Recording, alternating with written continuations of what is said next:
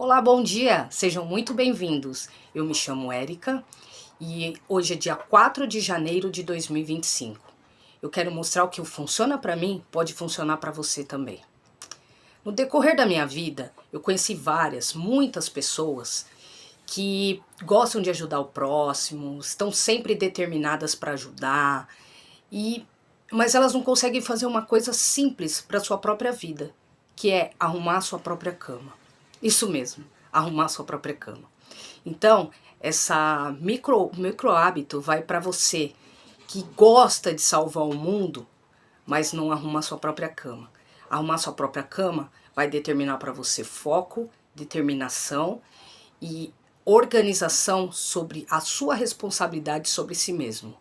Então, não esquece, antes de sair para salvar o mundo, arrume a sua cama. E não esquece também que agradece que cresce.